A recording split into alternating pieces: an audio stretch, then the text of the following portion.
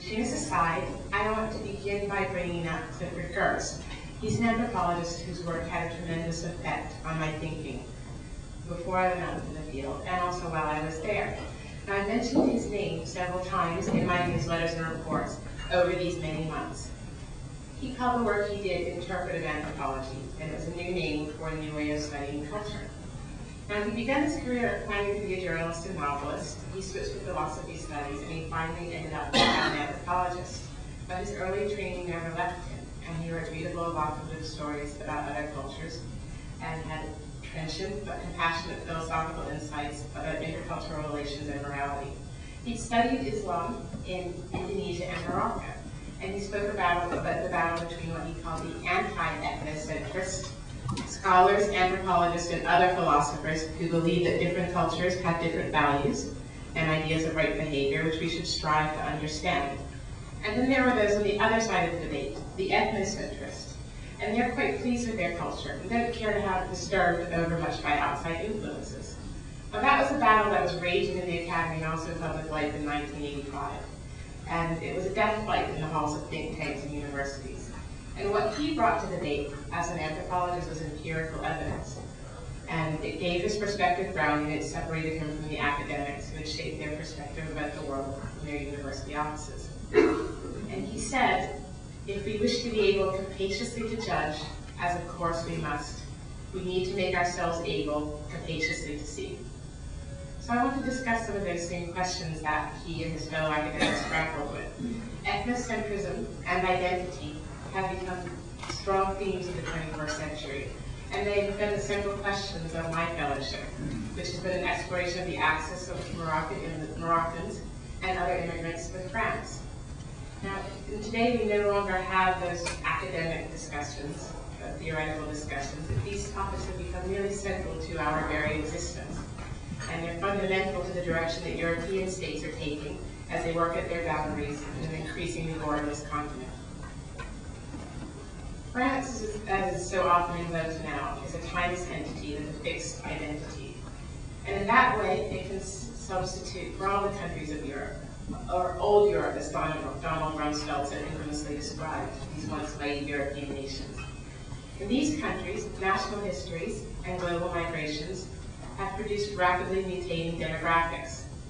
The question of judging cultures and repudiating cultural practices seems vital to the continuation of daily life as citizens of Western Europe's liberal democracies know it, or rather as they think they know it, because as I've learned during the fellowship, that unbeknownst to their fellow Frenchmen, there are many people living in an Algerian hamlet in the French Banlieue Saint-Denis, or Moroccan mountain town in Marseille, or a Malian village in the middle of Paris.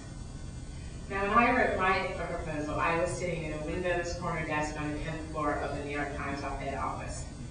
The lack of a window to see the world outside is an apt analogy to the situation I found myself in. Vast quantities of information poured into the office from all over the world. And it was the kind of data input that could make a girl from Mississippi, me, think that she was getting an all-encompassing perspective. But I'd step outside of the office often enough, and outside of the country, to know that there were many, many places where people had never heard of New York, and, shockingly, the mighty paper of record, the New York Times. They weren't sending in op-ed pieces, so how did I know what they were thinking or feeling? Now that was about 3 years after the September 11 terrorist attacks, and the main question in the United States at that point was how and why. And many of the analyses decided that Muslims hated the West because they knew nothing of it, that they received a skewed perspective from an anti-Western propaganda campaign. And many of the pundits who espoused these theories were self-styled experts who had spent little time among the people they were talking about. But I knew that years earlier, when I had been in France, I met Muslims who were reared in France, yet found France's promises of equality, liberté, and fraternité to be well done. So Clifford Geertz thought that understanding of the other's motivations was essential to forming human values. And what he meant by understanding was, I heard what you're saying, and I comprehend it. Not necessarily the I agree with you understanding. And from what I know of ICWA's founders, Charles Crane and Mr. Rogers, I think they would have echoed Geertz's prescription of seeing capaciously with a resounding hear, hear. So because of these two men, and more than a few other men and women here, I went out into the world 2 years ago, wide-eyed and voracious. Now, one of the hugest tasks of this fellowship is figuring out exactly what it is we're doing as fellows. We aren't made to do anything other than write a newsletter. And that sort of freedom is heady, but it's also a bit daunting. And it's a time where you discover almost as much about yourself as you do about the country and the people you come to meet. So how does one see capaciously? Is that a skill that can be learned? I think so. I arrived in France at the end of 2005, just before the country exploded into 14 days of riots, sparked by the death of 2 boys in ICWA, one of the desolate French suburbs that is home to many first, second, and third generation immigrants. I was leaving on the heels of last month's riots, which were sparked by the death of 2 more boys, this time in Dilday, another desolate suburb. The young teens in 2005 were Malian and Tunisian origin. The ones that died last month were Moroccan and Senegalese origin. And they lived in suburbs that are physically close to Paris, but metaphysically they're a world away. I've been to both of these places, and you have to take a train to a bus to another train to another bus, and you get to ugly, ugly neighborhoods with large concrete tower blocks and filled with unhappy, aimless, unemployed youth who do not believe in the French promise of equality.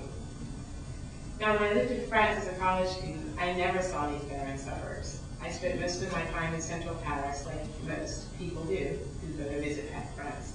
It's exquisitely beautiful. It's a jewel, perfectly preserved, polished, and gleaming. And it's exquisite even in its stunning insouciance. Now I've been living in one of the city's outer arrondissements, right on the edge of what Parisians call Little Africa, Chateau Rouge, the worst neighborhood in Paris, according to one woman who cautioned me against moving there.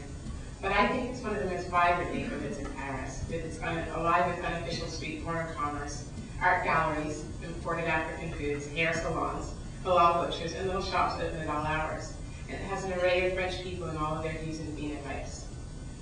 So once like every tourist, I walk along the banks of the Seine in central Paris, amongst the colonnades of the Pantheon, through the perfectly manicured gardens.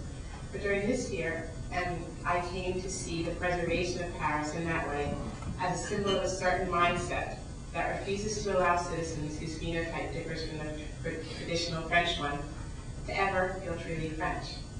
Paris comme maintenant toujours, for those fortunate enough to be insiders, and woe be to those who threaten to interrupt that good life. Many of France's newer residents have ancestors who toiled on distant plantations or fought in faraway wars so that life as the French knew it could continue. These people aren't really welcome in the crown jewel of Paris. For them, direct routes to the city don't exist, and during times of tension, police lay wait at train stations in the outer districts and prevent the outsiders from entering central Paris.